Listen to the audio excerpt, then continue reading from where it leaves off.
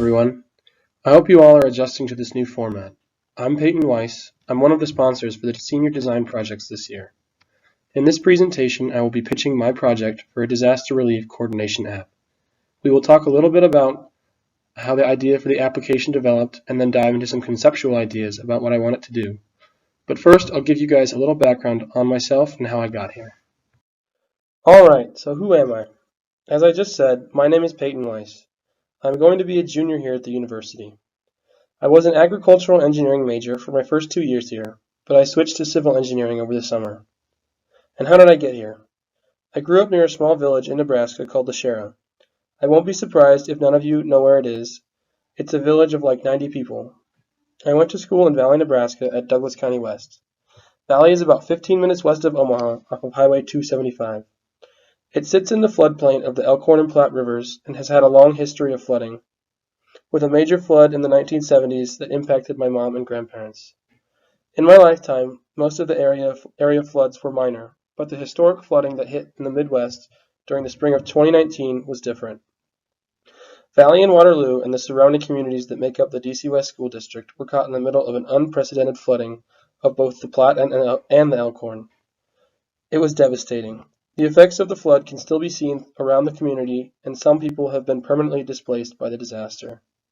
I spent many hours that spring volunteering with the cleanup efforts and seeing personally how challenging it was for the city to respond quickly and coordinate communication, volunteers, and the overwhelming needs of the flood victims.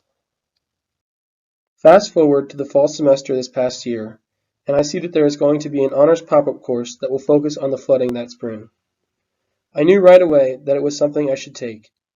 Going in, I thought that I would already know about most of the stuff we were going to talk about, but boy, was I wrong. It was a real eye-opening experience to hear about all of the terrible things that happened because of the flood across the state, and especially in small rural communities. I wanted to find a way that I could help and make a difference.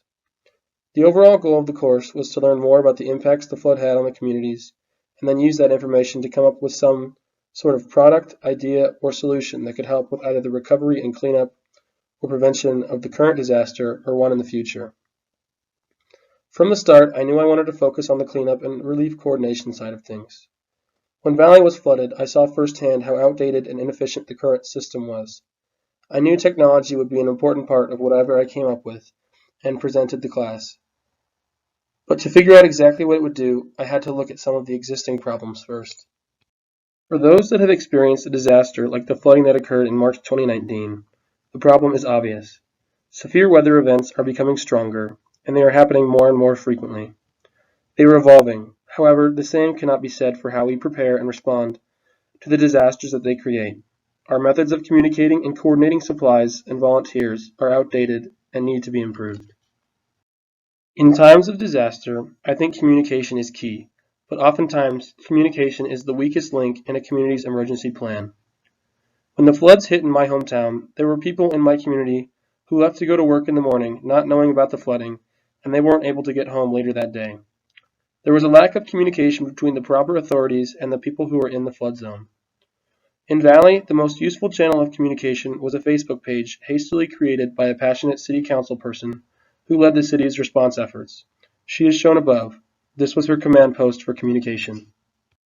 As a community, we are quick to donate supplies and goods to those who have lost everything, but frequently there is little variation in what supplies are being donated. This happens because usually people donate what they have around, the basics, food, water, and maybe some toiletries or cleaning supplies, or they don't really know what to give. There needs to be a way to educate people on what kind of supplies are needed during the different stages of a disaster. One of the areas often underestimated during a disaster is the manpower necessary to clean things up and get back to the status quo as soon as possible. First, there typically are a lot of people who want to help or assist, like me and my friends shown above. Matching and managing those general volunteers with actual victims' needs can be overwhelming. Secondly, it's not just that a lot of people are needed to help clean up. People with certain skills are needed as well. People who can do electrical work are needed. People that can operate heavy machinery are needed as well. Finding these niche skills and linking them to people in need is critical to real rebuilding. The first thing that really popped into my head when thinking of how to solve these problems was a wedding registry. The bride and groom register for the gifts they want, and then the guests purchase them for the newlyweds. This takes out all of the guesswork. A registry for supplies, volunteers, and services was an idea I really wanted to expand upon. I think an app or website that can act as a registry of sorts and is able to coordinate supplies and manpower to more efficiently solve the problems faced after a natural disaster would be an invaluable resource. It would give us the ability to work together as one community to get things back to normal. Apps are everywhere. Almost every company out there has some sort of app. In my discussions with Valley City Councilor Sidney Grove, we talked about the idea of a city having an emergency response app. Right now, the only way for small cities to communicate with their citizens are through social media platforms and face-to-face interactions. What if, when you registered for basic services like heating, water, and electric, you also downloaded an app? This app could serve many roles, but most importantly, it would allow cities to communicate directly and effectively to all citizens. So in case of a natural disaster, information is spread quickly, allowing for more time to prepare. This app could serve as a platform for so many valuable tools that would allow small towns to modernize and better serve their citizens. In Valley and Waterloo, the main means of communication with the community was Facebook. Obviously, Facebook is not meant to be used as a means of coordinating disaster relief. During the flood, the City of Valley and the Valley Police did not have any direct form of communication with citizens other than going door to door. The police were going to go through town with their speakers, just like they did during the flooding in 1978. An application that can function first and foremost as a communication tool for a city and its citizens would be an invaluable tool not only during times of disaster, but everyday life. Along with communicating, being informed is very important during a crisis.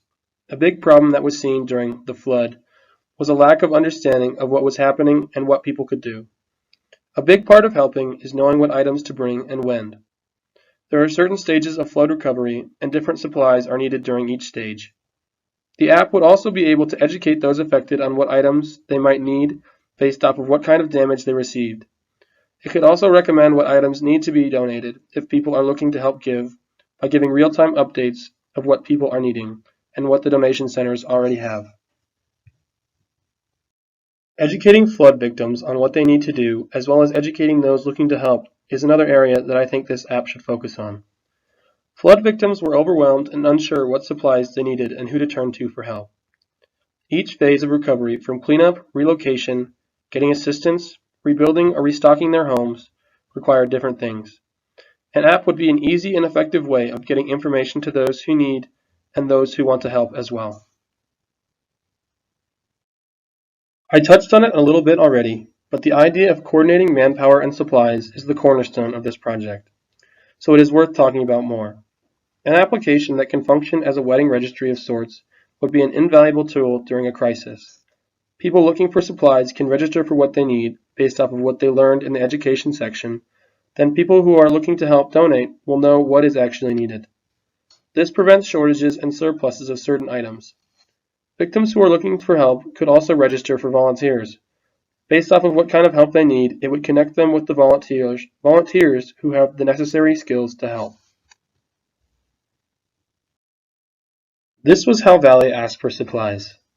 Sometimes they got what they needed, but they also got thousands of hygiene kits the city just gave to the Girl Scouts to send to service members overseas. An app would allow the donation centers to post real-time updates on what supplies were needed and what supplies they already had. This would prevent people from donating things that were not needed and the efforts to manage and store unused supplies. Coordinating volunteers to help victims clean up after the flood is also a major undertaking that most small communities are not ready to lead. In Valley, they created a Google form that allowed people to file a request for help. However, they had to process these requests manually, which took up way too much time. An app that could take requests, process those requests, and in turn link those requests to volunteers who could help would save a huge amount of time and allow for more good to be done in the community.